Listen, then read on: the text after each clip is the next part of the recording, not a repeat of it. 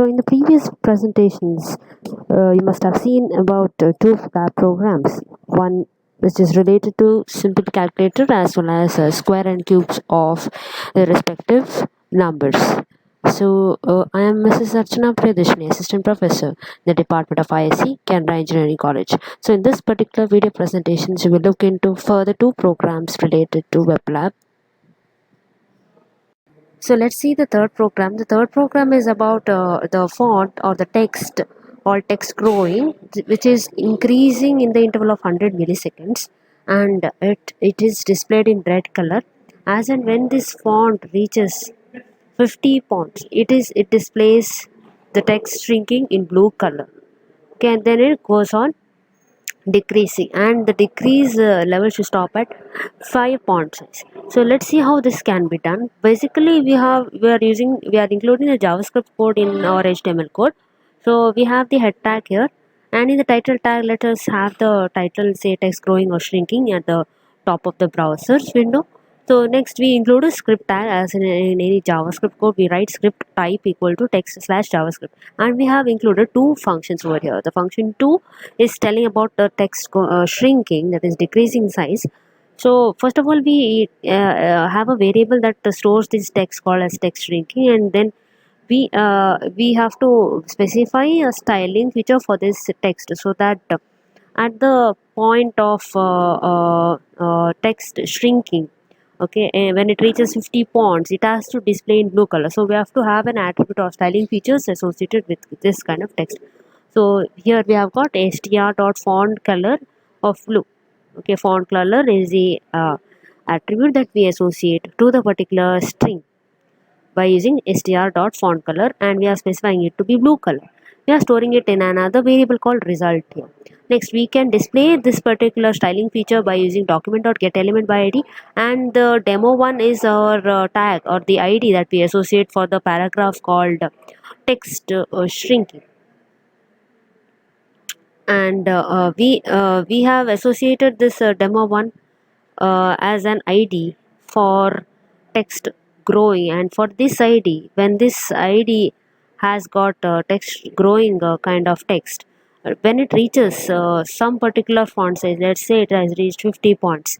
So anyways the ID is same demo one.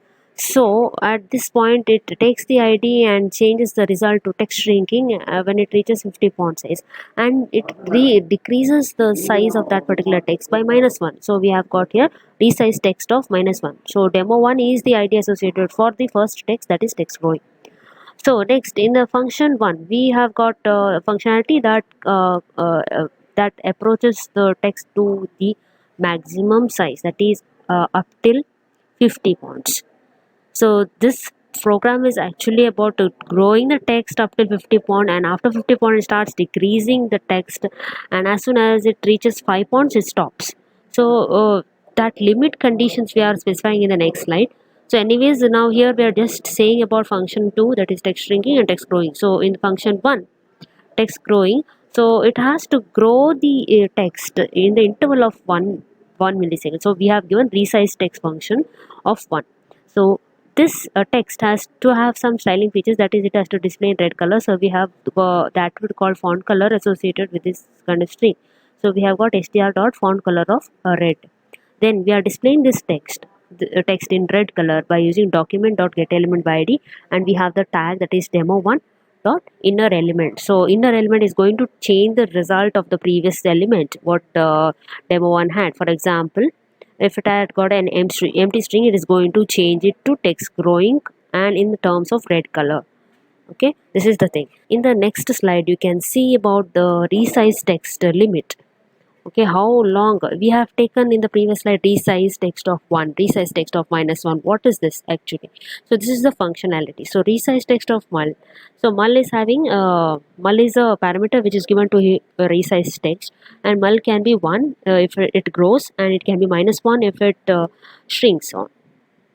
So here if we have specified a condition, if the font size, that means if there is if it has not increased by font size even by 0 pixels, so that is it's empty, the page is empty, so it is going to start increasing the pixel by 1 pixel, that you can see in the next line. document.getElement by id of demo1.style.font size equals 1 pixel. So we are increasing the font by 1 pixel. Else, if it has already increased by 1 pixel, you're checking if it has reached the limit of 50 pixels so that it can start shrinking. Okay, once it has reached 50 pixels, we can see in the second if condition, if document.getElement by id demo1.style.font size equals 50 pixel and the null factor is equal to 1. That means it has reached that text growing limit. That limit is specified as 50 pixels. So what has to be done is that interval has to be clear. So we are using a function called clear interval of reference. So that reference is taken uh, and that reference is taken with a text growing mode. Okay, and reference 2, we are setting another interval. So far it has grown the text, now it has to shrink the text for 50 pixels. So we are taking another variable called reference 2, which is having the value called set interval of, it is having the interval of the function 2, that is it has to shrink the text from the 50 pixel font. So that's why we are given f2, we are calling the function f2, and 50 from the 50 font size it has to start shrinking. So next we have else if condition document.getElement by id on by id demo1.style.font size equals 5 pixels. That is, this tells about the shrinking of the text from the 5. What has happened when it has reached when it has reached the 5 pixel font. So far it has started decreasing the font size. So when it reaches 5 pixel and it is in a shrinking mode, that is null equals -1, we have to clear the interval. So that clear interval function is specified for that reference 2. So finally it is going to, we are going to get the font size. So what is the font size and in terms of pixels in the last line. So in the next, here you can observe the body tag, and this tells about what has to be displayed in the web page. First of all, we need to have the paragraph called welcome to the world of JavaScript. So this is displayed as a paragraph, and next we need to, let's say we want a horizontal line after this particular text, we use a HR tag, and we have got a paragraph with the ID that is demo1. So this paragraph has an ID called demo1, and next we can observe that here we can observe there is the paragraph is already given to be welcome to the world of JavaScript, and next we are however with this line the text is displayed welcome to the world of JavaScript. Next the ID is associated for this paragraph. Next you can observe that script has got the basic reference which is set to interval of the function f1. So in function f1 we are saying the interval or the duration with which the text has to grow from 100 milliseconds. Each text has to grow in the duration of 100 milliseconds. So this is specified as the first set interval, and it is given with the reference variable. So here the next slide we can observe the result. So first of all you have a paragraph, then you have got a horizontal line, then the text starts growing in the red color, growing, and once it has reaches 50 pixels it changes its color to blue and starts shrinking. So we can observe the resized text or decreased text. It's barely visible. So it has reached 5 points when it has stopped this kind of limits.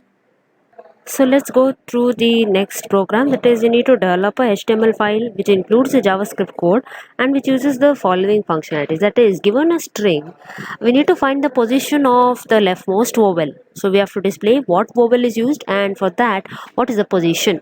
And in the next trial, we need to have an input that is a number. And whenever we give a number, it has to find the reverse of that number. Okay, so here we have got a program here. So basically we include a head tag, and whenever we want to display a title which is to be centered, we give a center tag. So center, and let's say this is the heading that we want, functions program for. So next in the body tag, we use a body tag respectively in order to have some content that is to be displayed in the web page.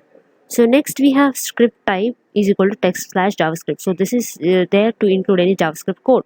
So we have we have included a function here, oval that computes the position of the string in the leftmost.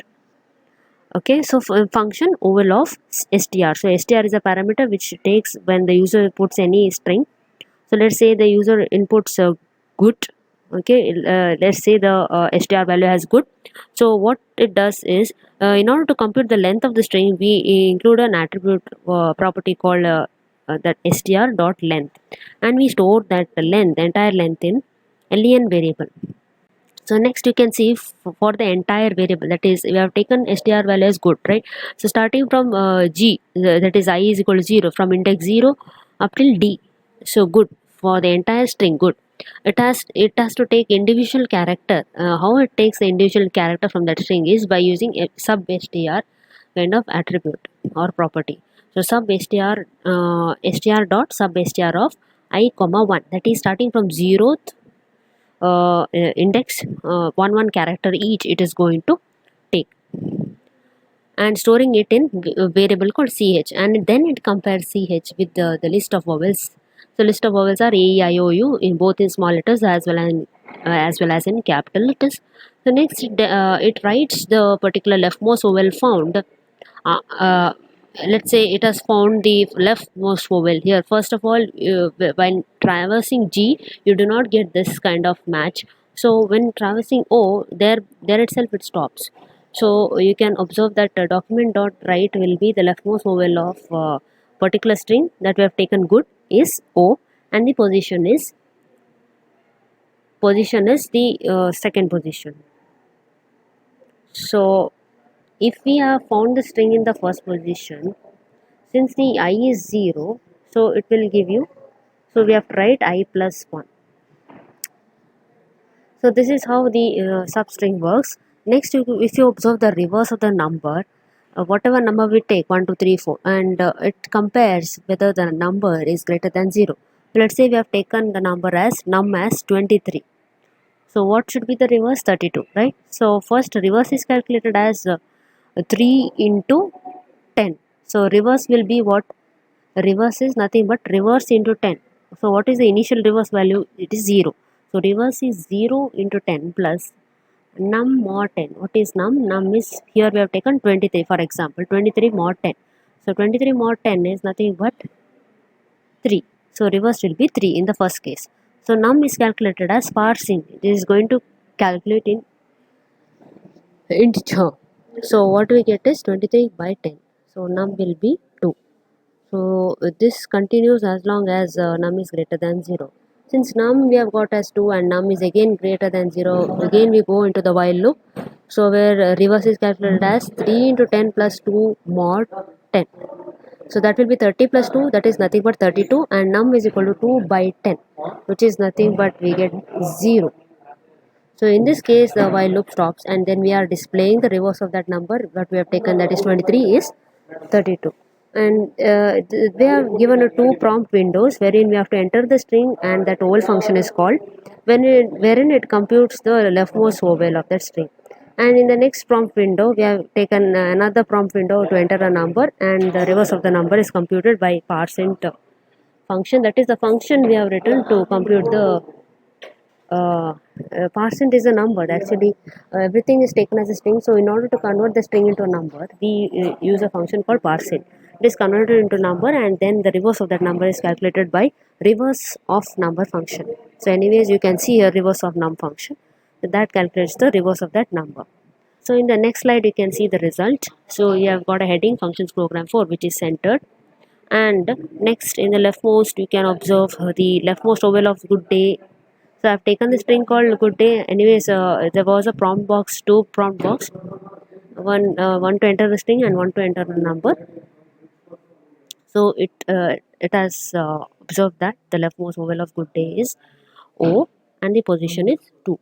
In the reverse of the number I have taken as 1, 2, 3, 4 in the next prompt window of number, and the reverse of this number is 4, 3, 2, 1.